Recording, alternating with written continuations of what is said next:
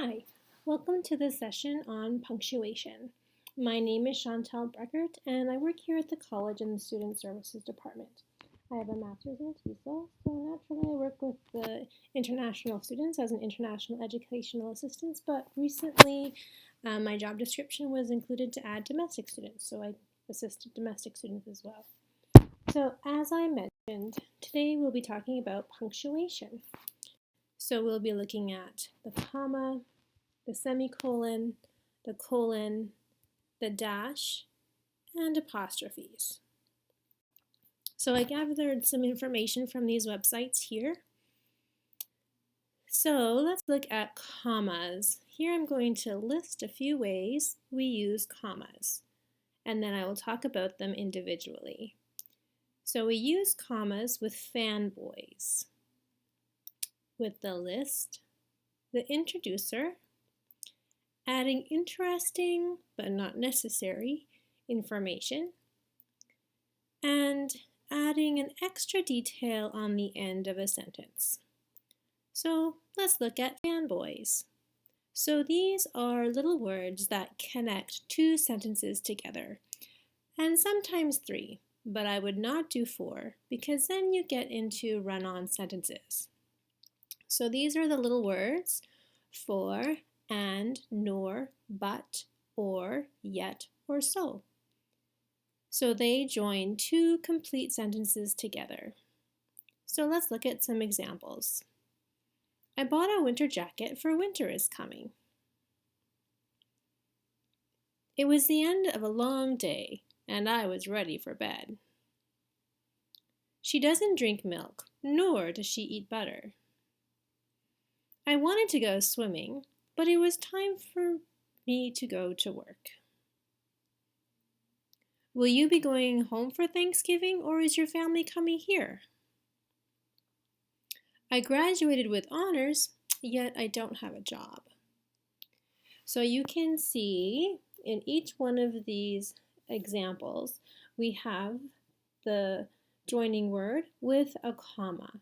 So in these kinds of sentences, the comma and the conjunction work together. You cannot have one without the other. They need to help each other out. Okay, so let's look at the list. So here we need cheese, bread, coffee, and biscuits. And then another option is to put the comma before and. Depending on your instructor, many people say the comma before and is not needed. Others say it is a personal preference. So if you don't know your instructor's preference, just make sure you're consistent throughout your paper. And make sure that the comma is only separating the adjectives. There's not a comma between the last adjective and the noun. He was a bashful, dopey, sleepy dwarf. Let's look at the introducer. So our commas follow introducers. Generally, I get my assignments submitted on time. Moreover, my grades are excellent. Throughout his early life, my father worked on the farm. So there you have a clause. First, fold your paper in half. If the phrase is short and naturally flows into what follows, you do not need a comma. So let's take a look at that. By midnight, Cinderella needed to leave the palace. So by midnight, it's a short prepositional phrase that just flows right into the sentence, so a comma is not necessary. So this is not an introducer. After dinner, we play badminton. In the evening, we will watch TV. At midnight, Cinderella's dress turned back to rags and her carriage turned into a pumpkin, but her shoes remained. So none of these examples need a comma after the beginning phrase. So after dinner, we will play badminton. In the evening, we will watch TV. And there again, no comma. At midnight, Cinderella's dress turned back to rags and her carriage turned back into a pumpkin, but her shoes remained. Adding interesting but not necessary information. Let's take a look at some examples. Tell me, Holly, why were you late today? So you can see the commas surround Holly because we still have a sentence without that information in brackets. So you could say, tell me why you were late today. But you can say, tell me, Holly, why were you late today? Same with this example. Steven Strom, whose show you like, will host a party next week. So that's an extra tidbit of information that you can take out and you still have a complete sentence. Steven Strom will host a party next week. So it's like you're putting information into your sentence that's interesting but not necessary to complete your sentence or to let your reader know what you're talking about. It's like you're whispering. You're adding a whisper of information. John, who spent the last 3 days fishing, is back on the job again. Same thing here. You can take out that bit of information in the commas and you still have a sentence. John is back on the job again.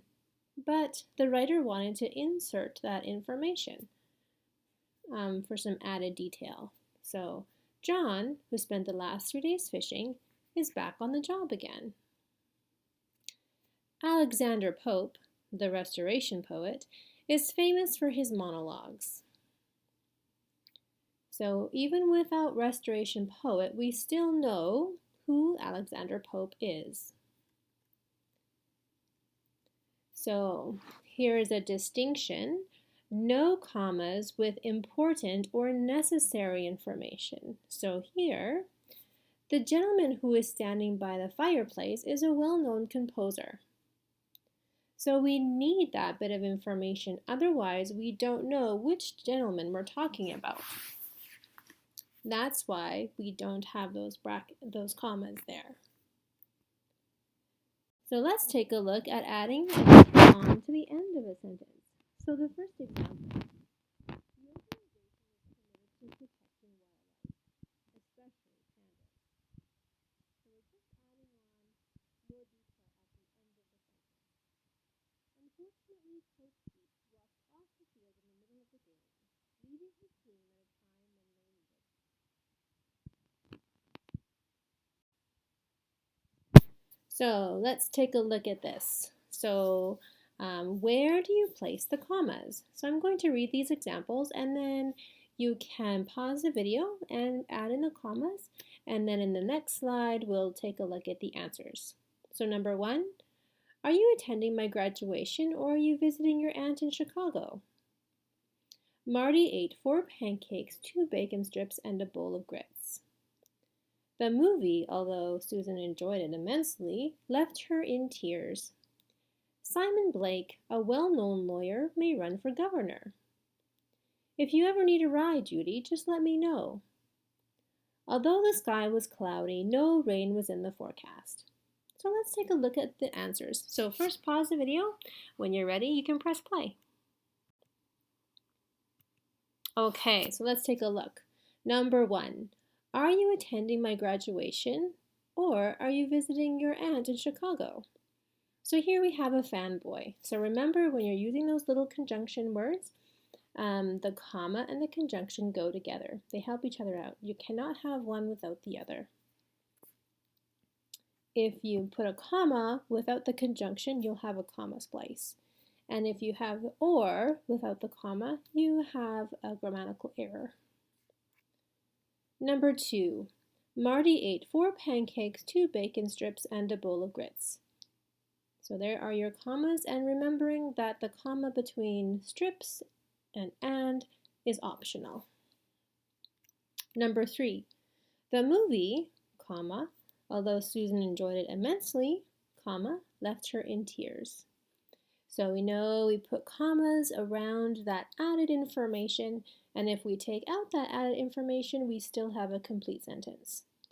The movie left her in tears. So we add in that information, the movie although Susan enjoyed it immensely, left her in tears. Number 3, and there is our added information as well. Simon Blake, comma, a well-known lawyer, comma, may run for governor. If you need a ride, comma, Judy, comma, just let me know. And here is an introducer or a clause at the beginning of our sentence. Although the sky was cloudy, no rain was in the forecast. So there's our comma between cloudy and no. Okay, so let's review the ways to use commas. So we use them with fanboys. For, and, nor, but, or, yet, or so. The list, the introducer, add interesting but not necessary information, introduce a sentence, or add extra detail on to the end of a sentence. So let's look at a common problem, the comma splice. So this is when you join two sentences together with a comma. Let's take a look at this example. I completed my essay. I have not submitted it. So here we've joined two complete sentences with a comma. How can we fix it? There are a variety of ways. So we can add a fanboy. I completed my essay, comma, but I have not submitted it. We can replace the comma with a period. That's a simple fix. And we can replace the comma with a semicolon. I completed my essay, I have not submitted it. And that leads us to our conversation on semicolons. So semicolons can separate lists, and they can separate sentences that are very closely related, like the example that we just saw. Let's take a look at how a semicolon can separate lists. When a list already has a lot of commas, a semicolon can separate the items. So let's take a look at this example. I bought apples, grapes, and pears. So what if I want to add more detail, like shiny, ripe apples, or small, sweet, juicy grapes, or firm pears? So if we did that with all commas, it would be confusing for the reader. I bought shiny, ripe apples, small, sweet, juicy grapes, and firm pears. So where would we put the semicolon in the sentence? I bought shiny, ripe apples, semicolon, small, sweet, juicy grapes, semicolon, and firm pears. So in your academic papers, you may have a long list of items in your sentence, and they may be ideas or, thoughts, objects, concepts. So it can get confusing if you have too many commas in a list. So that is when, in your academic papers, you would separate the items with semicolons.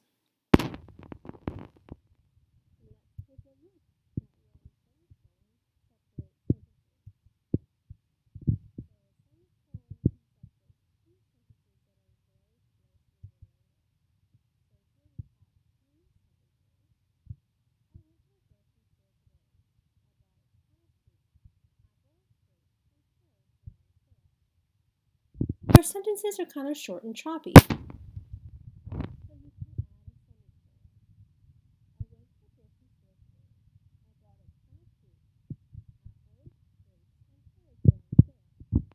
So I chose to put the semicolon between I bought a ton of fruit and apples, grapes, and pears were on sale, because from my perspective, they are more closely related than the other combination of sentences there.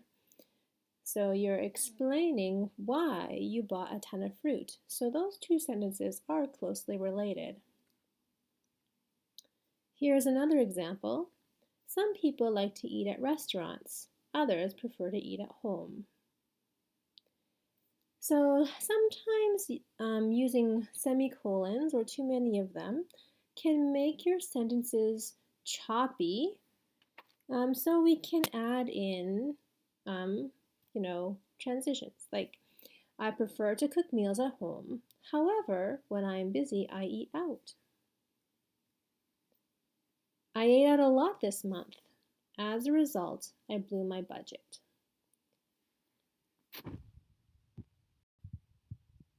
So here we're taking a look at these three sentences again. So they are choppy. So we want to take a look at how we can fix choppy sentences. Option 1. I went to the grocery store today. I bought a ton of fruit because apples, grapes, and pears were on sale. I went to the grocery store today. Apples, grapes, and pears were on sale, so I bought a ton of fruit. And let's just jump back to because, that example with because. So some people will say you need a comma before because. Others will say you cannot have a comma before because. So I have seen it both ways, and I've been reading peer-reviewed articles or different books and that sort of thing. So I've seen it both ways. If your professor has a preference, go with your professor's preference. If you have a preference, you can go with yours if you don't know your professors, but just make sure you're consistent throughout your paper. You don't want to be going back and forth. And in our example with so, that's an example of a comma with a fanboy and how they go together to join sentences together. You can also use a semicolon, as we discussed earlier and as in this example. We went to the grocery store today. I bought a ton of fruit. Apples, grapes, and pears were on sale. So those are different options, and it's good to be aware of the different options because then your writing will flow better if you have a variety of sentences and a variety of techniques to fix your choppy sentences. So let's look at another example. Some people like to eat at restaurants, others prefer to eat at home. So we can add in while. Some people like to eat at restaurants while others prefer to eat at home. While others prefer to eat at home, some people like to eat at restaurants. And I'm missing a period there. Some people like to eat at restaurants, but others prefer to eat at home. Some people like to eat at restaurants, others prefer to eat at home. So again, you have a variety of options to choose from. And remember those clauses that you move from the back of the sentence to the front, or that you use to connect your thoughts together. They help your paper sound more academic and give you a variety of sentences as well. And so here are some other options. I prefer to cook meals at home. However, when I am busy, I eat out. So you can also use a fanboy here. It's important to note that the fanboy has a comma, but however has a semicolon. I prefer to cook meals at home, but when I'm hungry, I eat out. Okay, and the one before, you'll see, the next one, I ate out a lot this month, semicolon. As a result, I blew my budget. I ate out a lot this month, so I blew my budget. So with however and as a result, you use a semicolon before that connecting word. But with a fanboy, it's just a comma. So let's review how we use semicolons. We can use them to separate lists, and we can use them to separate sentences that are very closely related. And they are a viable option when you're looking at joining sentences together and keeping in mind to use a variety of options when you are writing your academic papers because you'll need some long sentences and some short sentences, and you need to connect your thoughts together as well. Which punctuation mark is strong enough to join or separate sentences? So a comma is never strong enough to join two sentences together. A semicolon is sometimes strong enough to join two sentences together. The sentences just need to be very closely related. And of course, a period is always strong enough to hold, to separate sentences. You just want to make sure that you have complete sentences. Let's look at the colon. So the colon is used to introduce a list. So here's an example. My suitcase was packed with all the camping gear I needed. A sleeping bag, warm socks and clothes, fire starters, and snacks. So there is our colon. And I want to make a note that this is a complete sentence. My suitcase was packed with all the camping gear I needed. If we were not going to add any more information to the sentence, you would put a period there. But we are going to add more information. We're going to add a list of the camping gear. So that's why we have a semicolon and then the list. My suitcase was packed with all the camping gear I needed, semicolon, a sleeping bag, warm socks and clothes, fire starters, and snacks. Semicolons are also used to draw attention to a noun, nouns, or a noun phrase. Here's an example. I climbed the tallest mountain in the world, Mount Everest. So we're drawing attention to Mount Everest. And again, you will see this is a complete sentence. I climbed the tallest mountain in the world. Excuse me. If I was not going to add any more information to the sentence, I would put a period right there. But I am going to add more information, so I have a semicolon.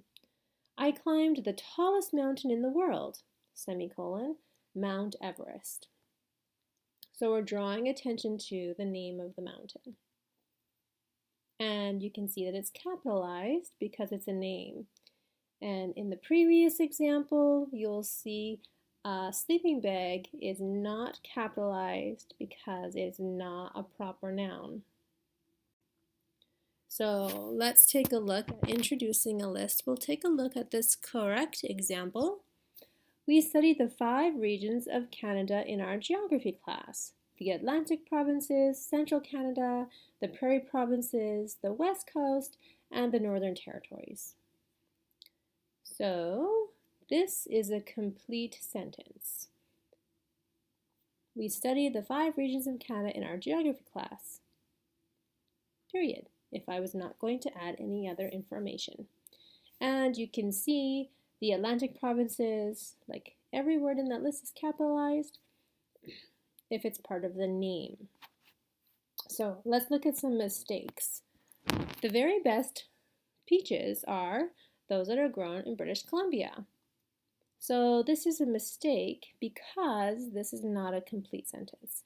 So we simply take out the colon. It is not needed.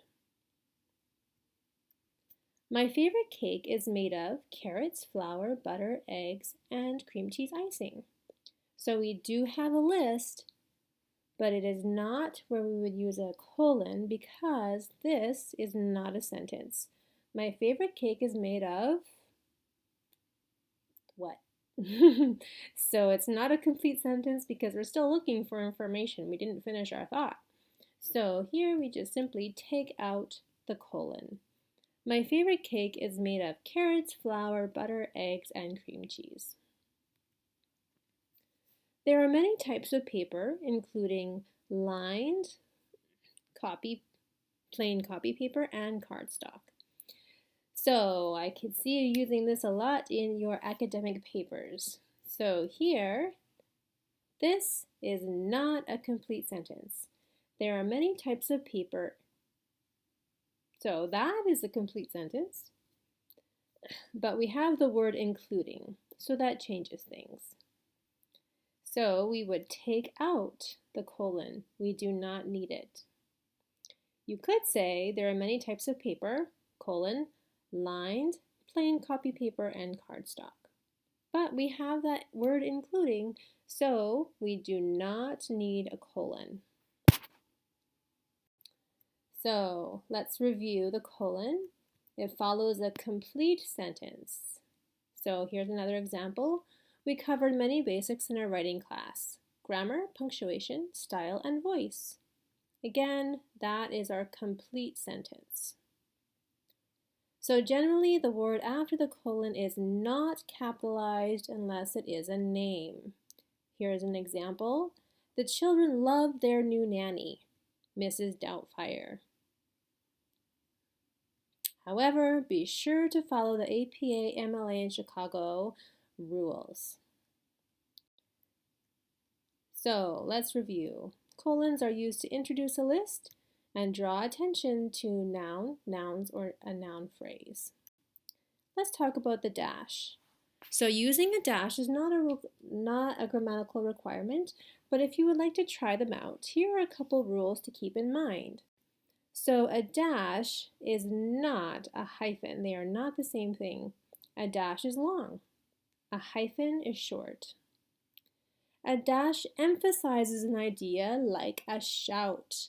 We're going to talk about that a bit later.